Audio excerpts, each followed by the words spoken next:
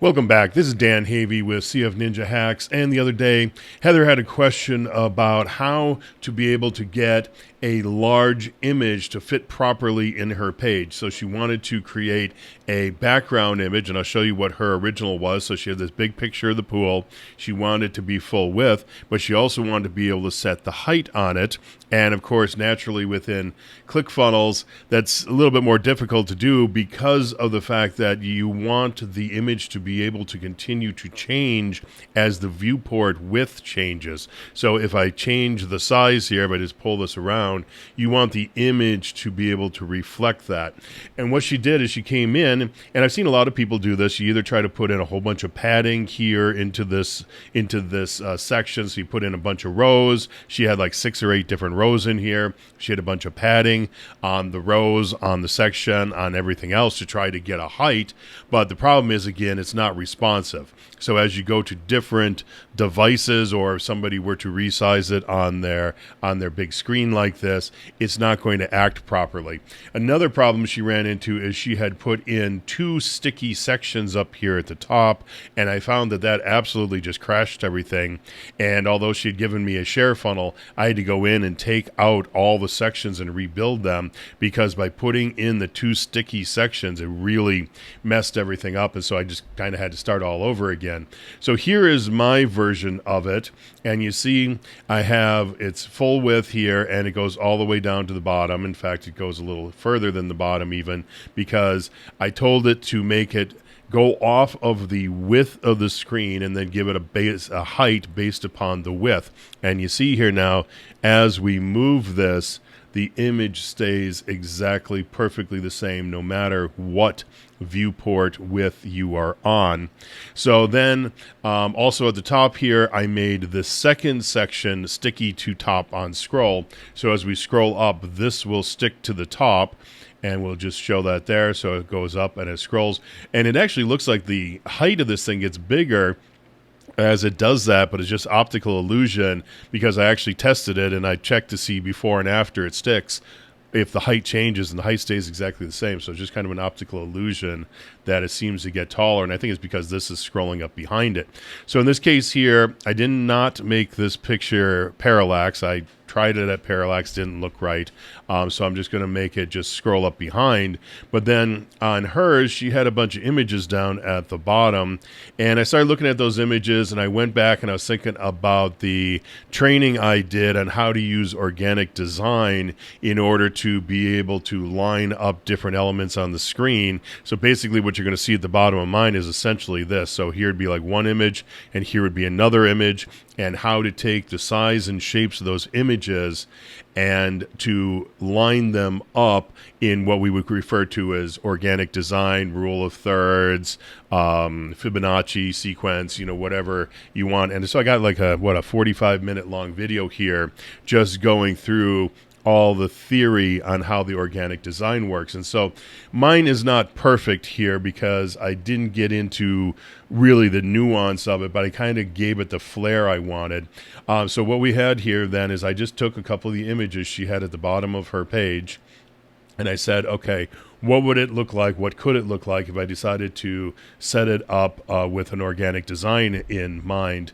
And so what I did here is I got this picture on the right. I cropped it off so you didn't see the whole thing, because if you look at the original, where's the original? There's like some stuff over here. So I thought it's better if I just kind of crop it down about right there just by setting the width on it. And then also I set it as parallax, as you can tell, so it just kind of slides up behind there. I think it's a pretty cool effect. And it basically, at one point here, it takes up the whole height that we have available between the header and the bottom of the page. And then I had this image be fixed here in the upper left-hand corner. And again, when you do the organic design calculations, you figure out exactly how high up and how far to the left to put this image based upon its size and the size of the other image. And then again down here at the bottom, did something very similar. I used that same image from up top because I was kind of limited on images. And so I used that same image over here on the left. and then I took another image. It was a much higher quality image and put it here.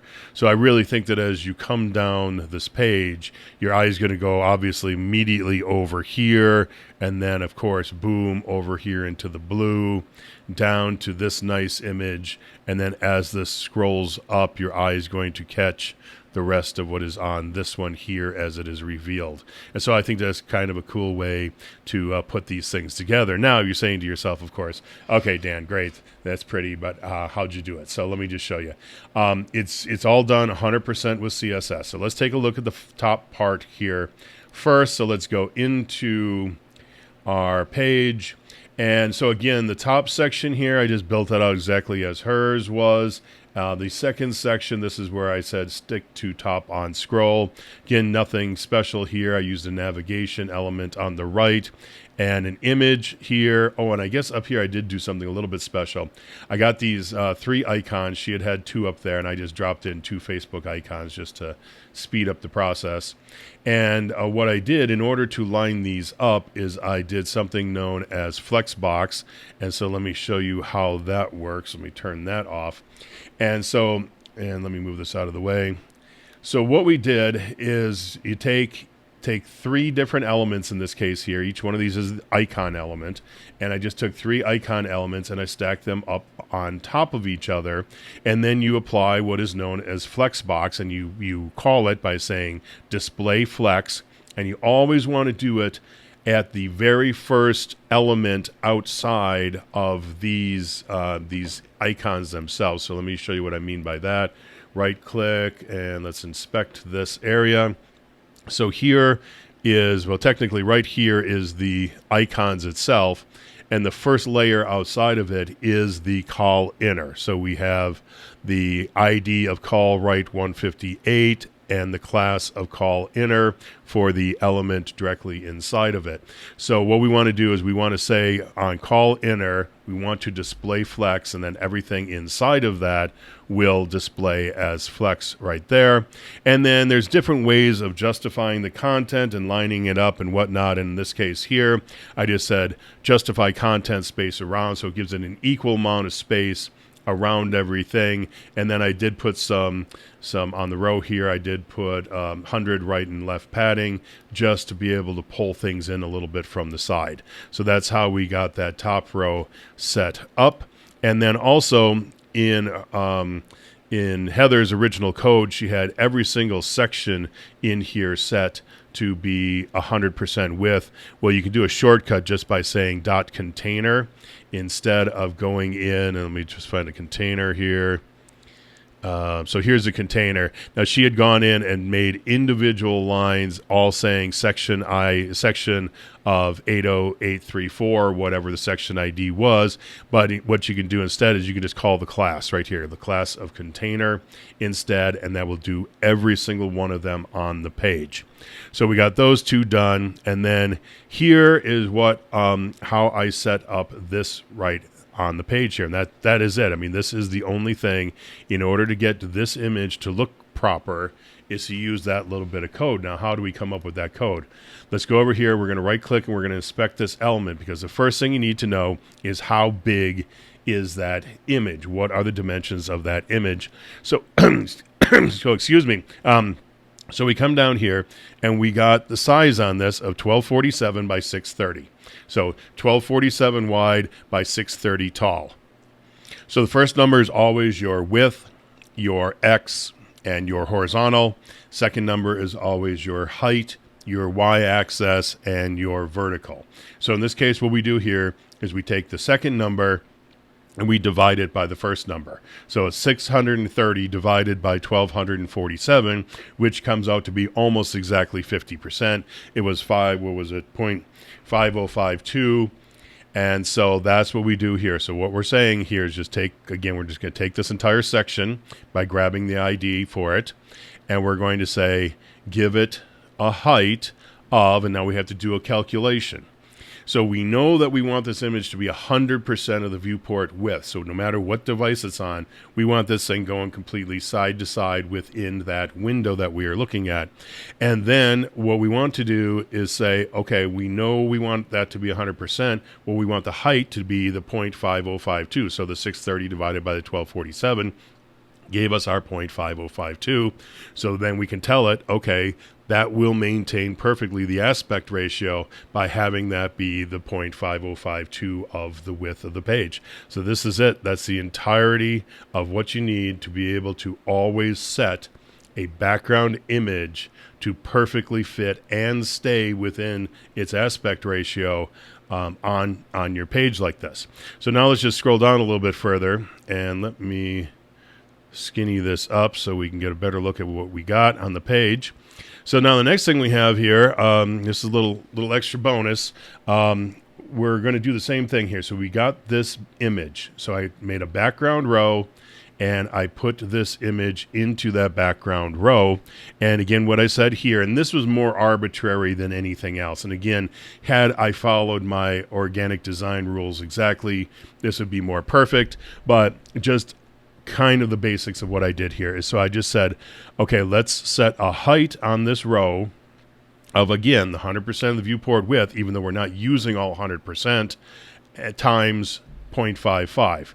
Now, if you come over here, and let's take a look at what I did with this row, is I set it at 73%. I had it set a little bit smaller, a little bit bigger, and then because I wanted to cut off that edge in the back, I just made it a little bit smaller. And I played around with these numbers, so not like this was some sort of mathematical equation. I played around with these numbers a little bit, and I said, okay, 73% on the width is where we want to be, and we want to float this to the right. So we could float it to the left, but in this case here, we're floating it to the right. So it's all going to be over here on the right.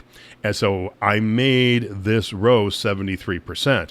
But then what I'm doing over here is I'm saying, okay, I want the height to then be 55% of the 73%. Is what that essentially comes out to, and then that sets the height. Could I make this a smaller number? Sure. Let's in fact, let's just put a 2 in here, and there we go. Now it's only 25%. Is that better? Maybe. I don't know. That's one of the things. You got to kind of play around with it. Let's just make it at 45%, and we'll leave it there for now. Well, let me just put it back to 55 because I'm not going to change it anyway. So that's how we get to this background. Like I said, in this case here, wasn't a lot of science, more about how it looks. If you want to learn how to realistically do it, check out my other video.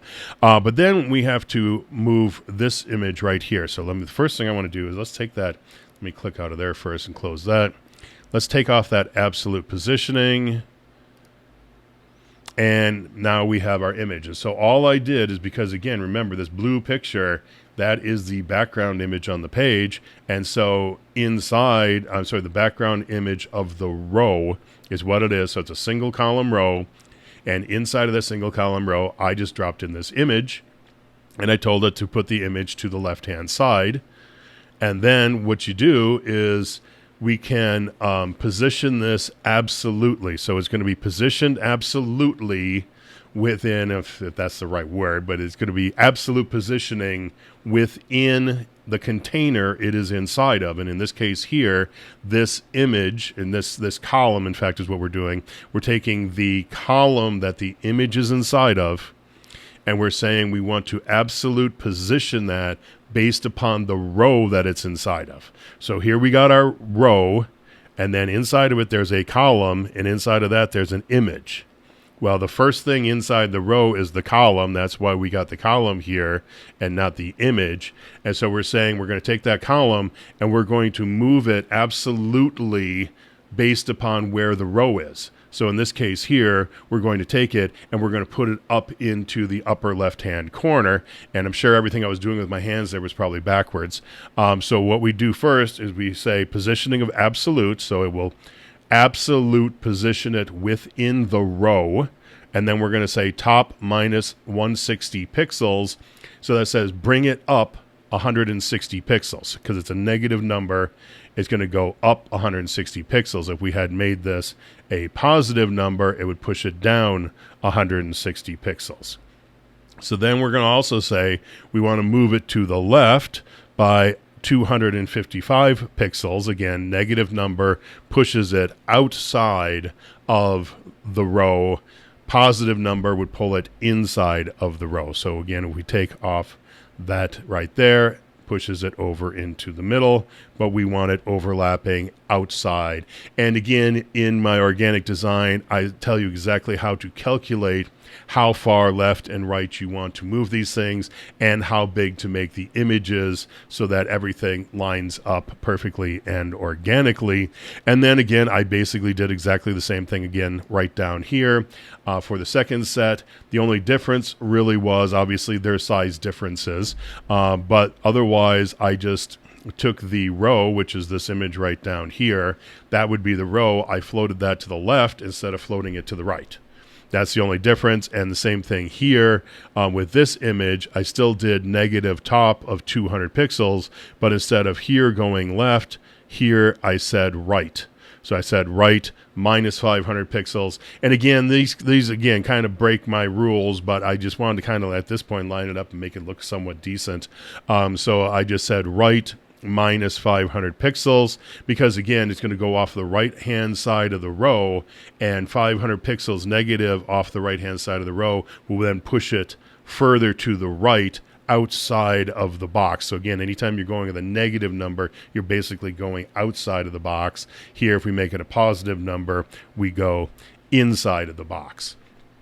And inside or outside of the edge that we are focusing on. So in this case here, we had our left edge or we had our right edge. We also had our top, or we could have a bottom. So depending on where that edge is, so we got a right edge, anything that's negative is going to go outside of that right edge. Anything that's positive is going to go inside of that right edge. And again, I'm pretty sure my hands are going in the exact opposite direction of what my words are saying. So that is it. I will give you one final look again at what this looks like. So that one stays fixed and scrolls up underneath.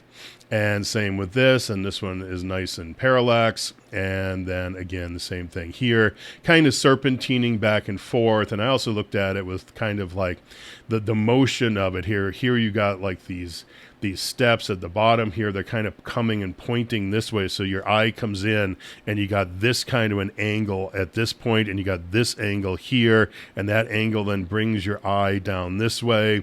And luckily she had some pictures that actually worked for this.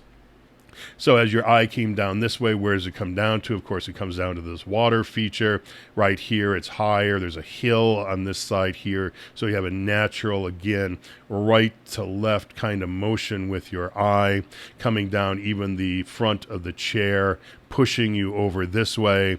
And again, in this case here, we have the same, because it's the same picture as above, we got kind of lines going this way, which again will continue to bring your eye down further on the page. That bottom one didn't turn out quite as well as the other three did, but I think it's a pretty good result. So again, as always, if you got any questions, just let me know.